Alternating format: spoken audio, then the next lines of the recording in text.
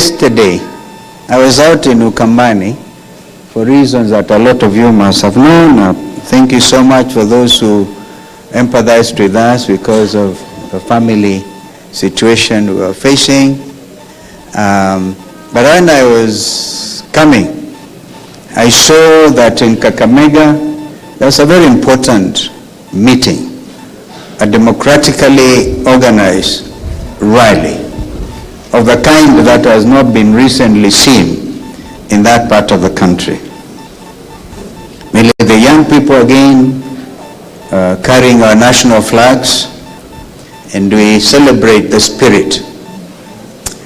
Kabla niingie hapo niseme kwamba PCA, you are really a wonderful congregation. I am not a member of PCA. Actually, I got baptized in AIC Church in Kitui. I think that's where Senator Ambua and others come from. But I was, during my days at the university, I used to lead the university worship at St. Andrew's Church. And my spiritual mentor was Reverend Wanjahu, George Wanjahu. Huyu mzee alinisaidia sana, not just me alone, but the entire community of the University of Nairobi. St. Andrews stands very tall and very well regarded. Of course, sometimes in Navalia ile kilt, the Scottish kilt. We used to see that, enjoy it now. This is interesting. But now looking at this sanctuary, we say glory to God.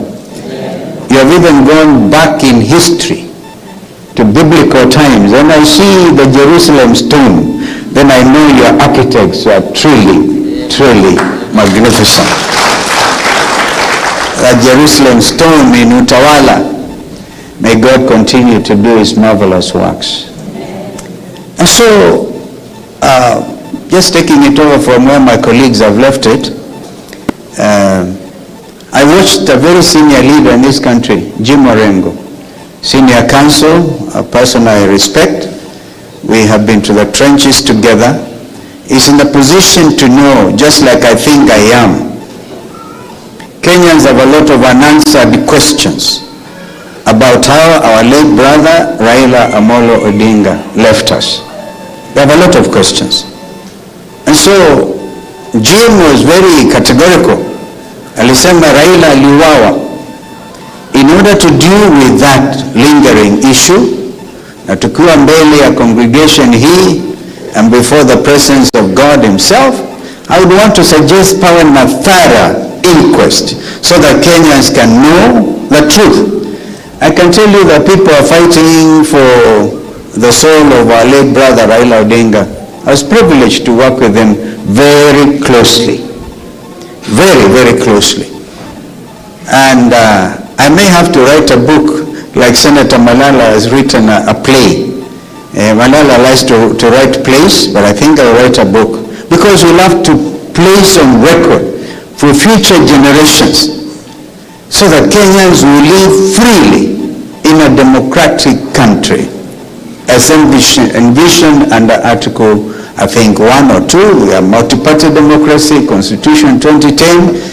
Na urithi wa kamili ambao alituachia mzee Kibaki. And as you know, I was privileged to serve under him. He allowed people to work. Kibaki never taught us to steal from our people. Kibaki slept the gentleman of Kenyan politics. But what are we seeing today? Look at the papers everywhere. Everywhere. Who is benefiting from all these cartels? We are a country led by cartels. But what the mood is, Mheshimiwa C.S. Matiang'i, the mood is revolutionary. Kenyans can't even wait. A lot of them have just come from the United States. And people are saying, even this advantage you're giving William Ruto, one term, we are being very generous. The country cannot wait. Kuendelea watoto is not enough. Kwamba JCs waliuawa. Now we are almost in the month of March. And what William Ruto and Raila had even put in writing, and I have it on authority of Senator Sifuna himself, because Secretary General of ODM, kwamba the 10 points ambazo walielewana, some of which were drawn from the medical report, nothing has happened. And even if we were to begin to say wapeane kazi hii kwa national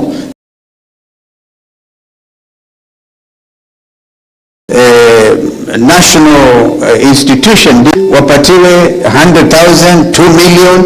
How about the businesses which were ruined in the central business district of Nairobi? My friend, you know you have been MCA forever. MCA forever. Kama kuna mtu ajui kupoteza kura, ni huyo rafiki yangu Kados. Kados, right? Yeah, you agree with me, the city center is not a place to do business. It's a place inhabited by police-assisted ghouls, wahuni ambao wamepatiwa mamlaka na serikali ya William Ruto. I will be very careful, Mheshimiwa CEOs, tukienda huko Kisii kesho, nikubali or not address William Ruto as Mr. President. People are tired. Watu wamechoka. Watu wanataka, this is revolution time, and this revolution itakamilika on or before or during or before 2027, next year. Because that is the mood. That is the mood that Matiang'i was talking about. Kwa hivyo nyinyi wa kanisa, I want to challenge all of us to stand up for Christ. Remember the militant song, stand up for Jesus, ye soldiers of the cross, lift high his royal banner, it must not suffer. The time is now. I mean, the battle yenyewe imeletwa ndani ya kanisa. And the church, in fact, I would have expected that when we went to visit Inspector General Kanja, the church leadership should have joined us. Hey, dress properly, say we will not accept what happened at Witima ACK Church. We can't understand what happened in Mwiki. We will not accept it. And to say enough is enough. Lakini tusipofanya hivyo, I want you to know the youth of this nation have decided to take their country back. And if we are not careful, wataichukua na sisi tuwachwe kwa madhabahu na wako kule, because they have the impatience. They have the impatience. And they are concerned about integrity. Even in church, integrity everywhere. And I want to finally suggest, Mother is very clear, and my brother Matiang'i, and I think all of us, tulienda kwa IBC, tukaketi na wao. After that, Mother wrote a letter on our behalf, which we took to Inspector General of Police. But we have since discovered Inspector General of Police cannot do anything. That fellow needs prayers. Aombewe tu, because mikono yake imefungwa na miguu na CS for interior. And we have a man of experience in that area. But IBC tulienda kwao. You know, now tumekubaliana tuwe na technical team ya sisi united alternative government. We are not saying the opposition. We are just waiting to take over the leadership. Kama vijana watatukubalia. Okay?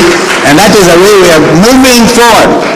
United alternative government. Tukawaambia hivi, we have our team, our technical team, tumepeana majina yetu. Of course they listened, wakamtoa yule Marjan, because that was very clear in our records. And also sema mathematic is emulator of disrepute internationally. Hata Trump mwenyewe analia juu ya mambo ya mathematic, metoka huko Venezuela. Kumbuka Raila used to talk about viparanga vya computer. We will not agree. Hatuwezi kukubali viparanga hiyo ya computer. And the number one thing, umetoa Marjan. Umeruka watu wawili qualified deputy CEOs. Alright?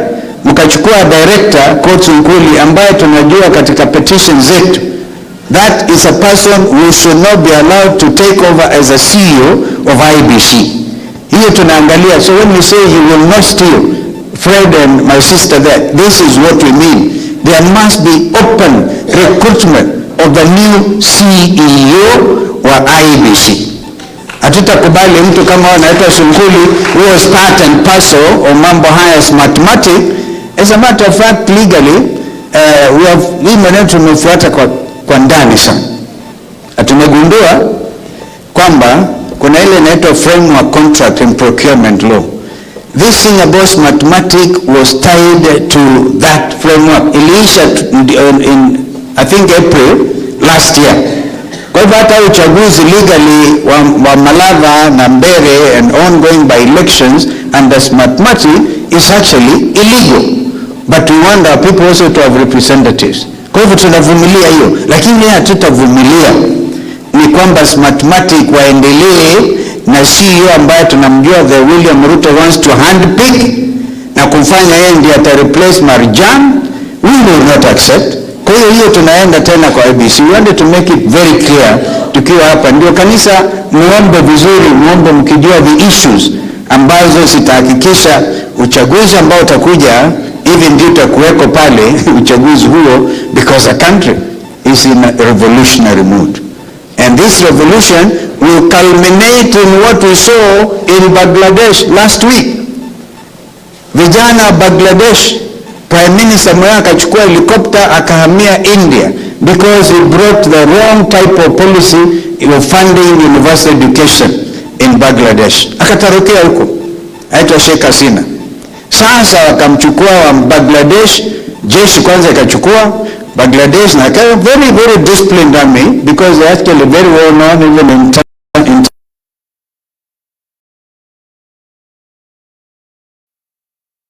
Bangladesh army is very well regarded. Loret akashikilia. The outcome was over 70%. Gen Z inspired Gen Zs of Bangladesh, inspired by Gen Zs of Kenya, wameleta mapinduzi. That is the mood, not just in Africa, but in the whole world. So, kwa maoni yangu nikamilishe, ndio tuendelee, we should have no worry at all. This is a nation under God. And this is a nation that will stand for the truth all the time. So even us in united alternative government, as we serve our people,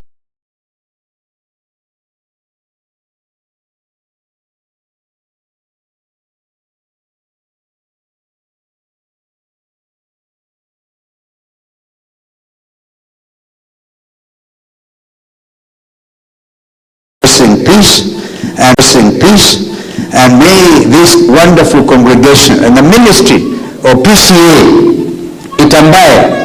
If I remember, I think I even started the university of PCA when I was the vice president. Kwa hivyo mambo ni mazuri sana. Sorry we have taken so long, but what do you expect? Wacha tuongele kwa hapa itutoke, ndio mtana regiji shida yao ni nini. Na sio shida, it is the burden we have for this nation.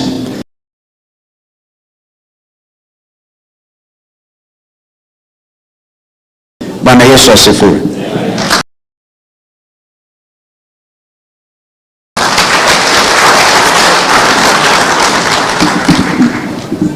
Si tumeenda vizuri? Tunataka tu kupatia nyinyi assurance because it's important. And this is viongozi hapa tunajua. The people of Kenya demand from us. Sisi tuko hapa na wale wengine tuketi hapo mbele. Tukubaliane, tutoe mtu mmoja ya kupambana na Ruto. Si ndio mnataka? We want to give you that assurance.